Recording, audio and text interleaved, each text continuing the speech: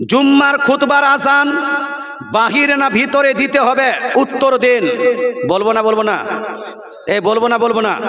আপনারা যদি অনুমতি দেন যে হুজুর বলুন, সত্যটা বলুন, ঘাবড়াবেন না। সত্য যেটা হাদিসে আছে সেটা আমরা মানতে রাজি আছি না নাই? আছি না নাই? যারা মানতে রাজি আছেন একটু হাত তুলে বলুন তো, ইয়া রাসূলুল্লাহ। মাশাআল্লাহ, সুবহানাল্লাহ। আল্লাহ তাআলা আপনাদের প্রতি কৃপা করুক, রহম করুক। বাপ মুসলমান, আপনাকে বলতে চাই, আমি হাদিস পড়বো, মানা না মানা এটা আপনার ব্যাপার। আপনি খবরদার ঝামেলা করিয়েন না, এটা নিয়ে কোনো ঝামেলা নয়।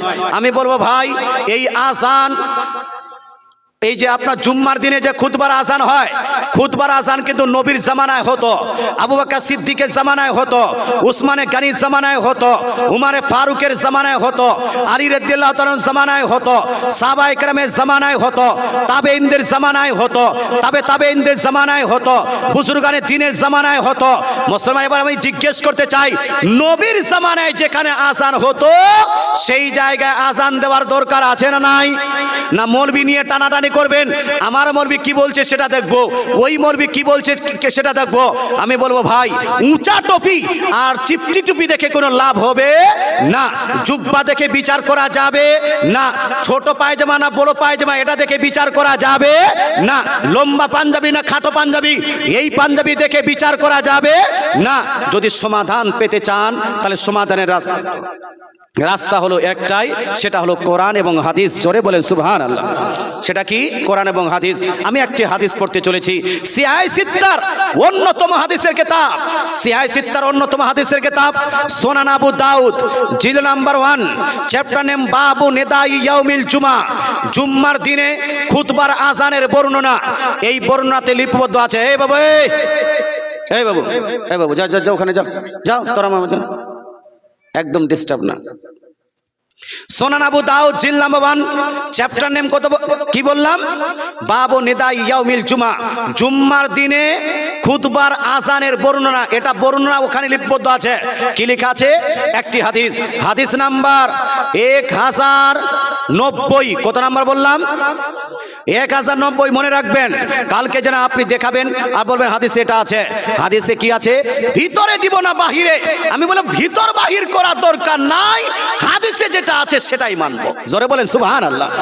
এবার হাদিসে কি আছে?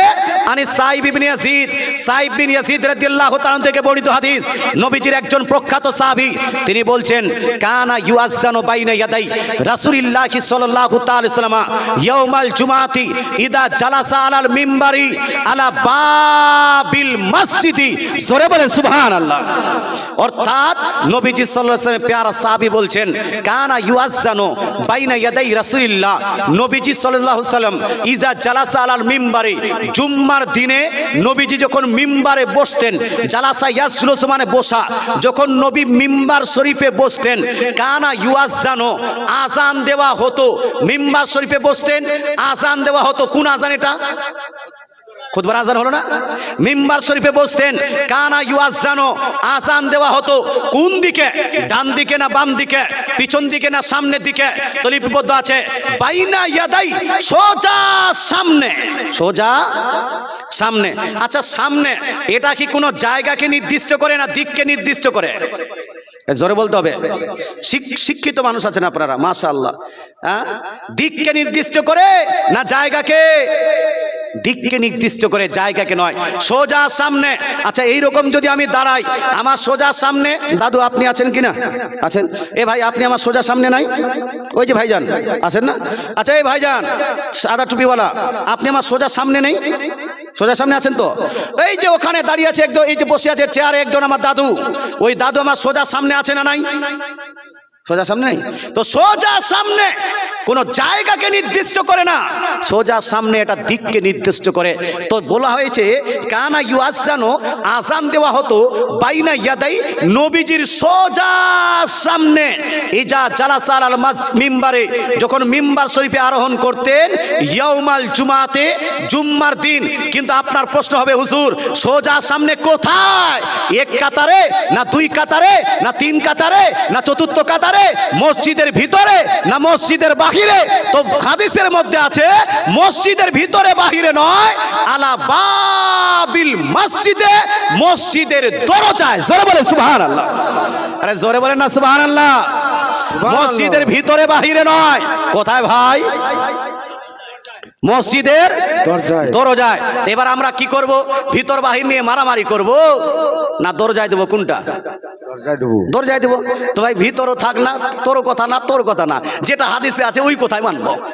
এখন ওটা ভিতরে হোক এবার বাইরে হোক।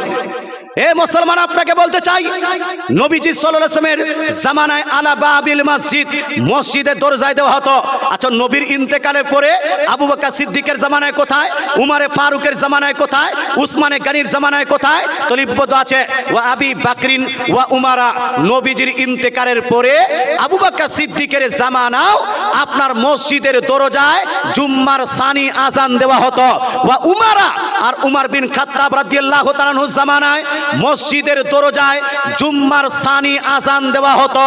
হে মুসলমান, আমি আপনাদেরকে বলছি, যাদের নবীর সঙ্গে প্রেম আছে, খোলাফায়ে রাশিদের সঙ্গে প্রেম আছে, হাদিসের সঙ্গে প্রেম আছে, আমি আপনাকে জিজ্ঞেস করতে চাই, আমাদেরকেও আজান দেওয়া উচিত কোথায়? মসজিদের দরজায় না ভিতর বাহিরে? এই বলুন না, কোথায়? মসজিদের দরজায়। যারা যারা আমল করতে চান হাদিসের রাসূলের উপর, একবার হাত তুলে বলুন তো, ইয়া রাসূলুল্লাহ। মাশাআল্লাহ, মাশাআল্লাহ। আল্লাহ তাআলা আপনাদের বুঝার, আমল করার তৌফিক দান করুন। কিন্তু এখানে একজন বারবার প্রশ্ন করছে, হুজুর এই ভিতর হলো না বাহির হলো? এটা দরজাটা কি ভিতর হলো না বাহির হলো? আর কোন দরজা? মসজিদের দরজা তো অনেক হয়, হয় না? এটা রুমের দরজা হয়, একটা বারান্দার দরজা হয়, একটা মেন গেট হয়, হয় না? হয় না? হয় না? তো কোনটা দরজায় দিব? এটা নিয়ে তো ঝামেলা লাগবে কালকে। একজন বলবে মেন গেটে দাও, একজন বলবে বারান্দার দরজায় দাও, একজন বলবে ঘরের দরজায় দাও। তিন মৌলবি তিনটা বলবে, বলবে না? বলবে না? তো এখানে তো ঝামেলা, কোন দরজা?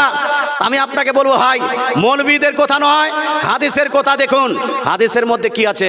এ মুসলমান, মনে করে নেন এটা আপনার মসজিদ, এটা আপনার মসজিদ। মসজিদে এতটা হলো ঘর, এতটা হলো বারান্দা, আর এটা হলো গোটা বাউন্ডারি, নাকি?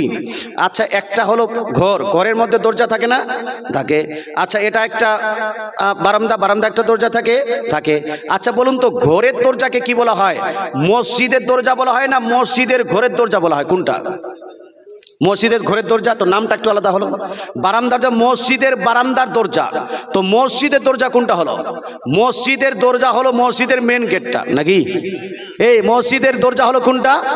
আলা বাবিল মসজিদ। নবীজি বলছেন আলা বাবি হুজরাতিল মসজিদ বলেননি। নবীজি এটা বলেননি যে মসজিদের ঘরের দরজায় দাও। নবীজি বলছেন মসজিদের দরজায় যাও, মসজিদটা যতটা বড়, এর যে তোমার দরজা আছে মেন গেট, এই মেন গেটে দাও, যাহাতে ভিতরেও শুনতে পায়, বাহিরেও শুনতে পায়। জোরে বলেন সুবহানাল্লাহ। এখানে বাহির আর ভিতর করে করে লাভ হবে? বলুন না, হবে না। আল্লাহ তাআলা আমাদের বুঝার তৌফিক দান করুক। তো আমল তো করা যাবে না? যাবে না? যাবে ভাই? যাবে ইনশাআল্লাহ তাআলা। আল্লাহ তাআলা বুঝার তৌফিক দান করুক।